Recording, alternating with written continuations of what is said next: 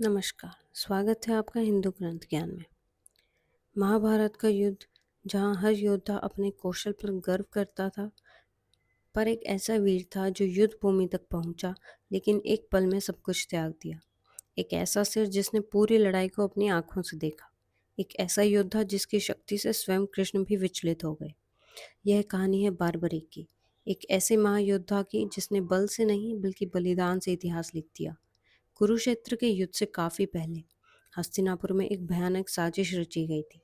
दुर्योधन अपने चचेरे भाइयों पांडवों को हमेशा के लिए समाप्त करना चाहता था। उसने उन्हें मोम से बने एक महल में भेजा और रात के अंधेरे में उसे आग लगाने की योजना बनाई। लेकिन पांडव चतुर थे। वे अपनी माता कुंती के साथ किसी तरह उस ज्वाला से बच निकले और गहरे जंगलों में छिप गए, जहां उन्होंने भेष बदलकर जीवन बिताना शुरू किया। इसी वन में उनकी मुलाकात हिडिम नाम के एक बलवान राक्षस से हुई। उसकी बहन हिडिम्बी पांडवों को देखकर चकित रह गई और भीम को देखते ही उसके मन में प्रेम जाग उठा। कुछ समय में दोनों ने विवाह किया और एक पुत्र ने जन्म लिया, एक ऐसा योद्धा जो आगे चलकर पांडवों का अमोघ अस्त्र साबित हुआ। उसका नाम था घटोत्कच। जब पांडवों को अपने राज्य लौटने का समय आया, हिडिम्बी ने भीम से प्रण किया कि घटोत्कच हमेशा अपने पिता और उनके भाइयों की रक्षा करेगा। यह वचन आने वाली पीढ़ियों तक निभाया गया। समय बीतता गया और घटोत्कच युवावस्था की दहलीज पार कर महान पराक्रमी योद्धा बन गया। वह विशालकाय पर दयालु हृदय वाला, ब्रह्म विद्या का अद्वितीय ज्ञाता था। बाद में उसने यादव वंश की राजकुमारी मौरवी से विवाह किया। उनसे एक पुत्र हुआ, बारबारिक, जिसे कुछ जगहों पर बैलरसेन कहा गया है। छोटे से ही बारबारिक की रुचि सिर्फ खेलकूद में नहीं बल्कि युद्ध कला में थी। अपनी माता से उसने शक्ति और जादुई कलाएं सीखी और एक श्रेष्ठ गुरु से धनुर्विद्या का प्रशिक्षण पाया। वह शिव का कठोर तपस्वी भक्त था। उसकी उपासना से प्रसन्न होकर भगवान शिव ने उसे 3 अद्भुत बाण प्रदान किए, ऐसे बाण जो हमेशा लक्ष्य पर पहुंचते, अपने काम के बाद लौट आते और किसी भी युद्ध का परिणाम पलक झपकते बदल सकते थे। लेकिन जब गुरु को पता चला कि अब बारबारिक अजय हो गया है, उनका मन आशंकित हो उठा। उन्होंने उससे पूछा, यदि संसार में कोई भीषण युद्ध छिड़े तो तुम किसके पक्ष में खड़े होगे?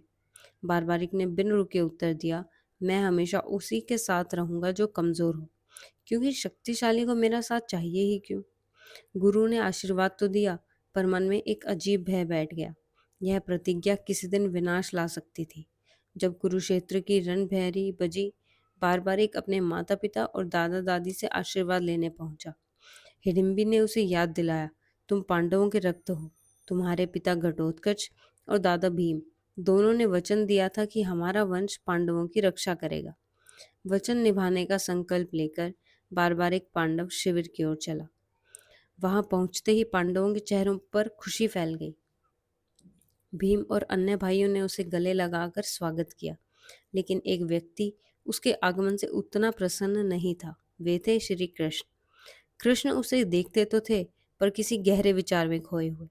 एक दिन कृष्ण ने बारबारिक को अकेला पाया। वह वृक्ष की छाया में ध्यान मग्न था। कृष्ण ने पूछा, तुम पांडवों का साथ क्यों देना चाहते हो? बारबारिक बोला, पहला कारण, वे मेरे लोग हैं। दूसरा, क्योंकि उनकी सेना कम है, इसलिए वे युद्ध में कमजोर पक्ष हैं और मैं वही करता हूँ जिसका वचन मैंने दिया है, दुर्बल का साथ। कृष्ण ने उसकी शक्ति को परखना चाहा। उन्होंने कहा, अपने अद्भुत बाणों के बारे में बताओ। बारबारिक ने विस्तार से बताया, पहला बाण हर शत्रु को पहचान बनाकर चिन्हित कर देता है। दूसरा बाण उन सभी को एक एक करके समाप्त कर देता है और तीसरा सिर्फ एक सुरक्षित विकल्प है। कृष्ण को यह शक्ति असामान्य लगी। उन्होंने विभिन्न योद्धाओं द्वारा बताई युद्ध समाप्ति की अवधि याद की। भीष्म ने बोला था 20 दिन, द्रोण ने 26 दिन, कर्ण ने 27 दिन और अर्जुन ने 28 दिन। उन्होंने बारबारिक से पूछा, तुम्हारे अनुसार युद्ध कितने दिन चलेगा? बारबारिक ने सहजता से कहा, 3 दिन से अधिक नहीं। कृष्ण के मन में चिंता का बोझ और बढ़ गया। कृष्ण ने पास खड़े एक वृक्ष की ओर देखा और कहा, कल्पना करो कि इस वृक्ष की हर पत्ती एक सैनिक है। दिखाओ कि तुम्हारे बाण क्या कर सकते हैं। बारबारिक ने पहला बाण छोड़ा। कृष्ण ने तुरंत चुपके से एक पत्ती अपने पैर के नीचे छिपा ली। बाण ने सभी पत्तियों को ढूंढ लिया और अंत में कृष्ण के पैर के नीचे छिपी पत्ती को भी खोज निकाला। वह पत्ती के साथ कृष्ण का पैर भी भेद गया और रक्त बहने लगा। बारबारिक घबराकर बोला, मुझे क्षमा करें प्रभु, मैंने आपको चोट पहुंचा दी। कृष्ण मुस्कुराए, यह मेरी परीक्षा थी, तुम्हारी गलती नहीं। लेकिन अब कृष्ण को समझ आ गया कि यह शक्ति युद्ध को असंतुलित कर देगी। बारबारिक कमजोर पक्ष को चुनता रहेगा और युद्ध में दोनों सेनाएं धीरे धीरे पूरी तरह समाप्त हो जाएंगी। कृष्ण ने गंभीरता से कहा, वचन निभाना उचित है, पर दूरदृष्टि के बिना नहीं। तुम्हारी प्रतिज्ञा पूरे युद्ध को विनाश की दिशा में ले जाएगी।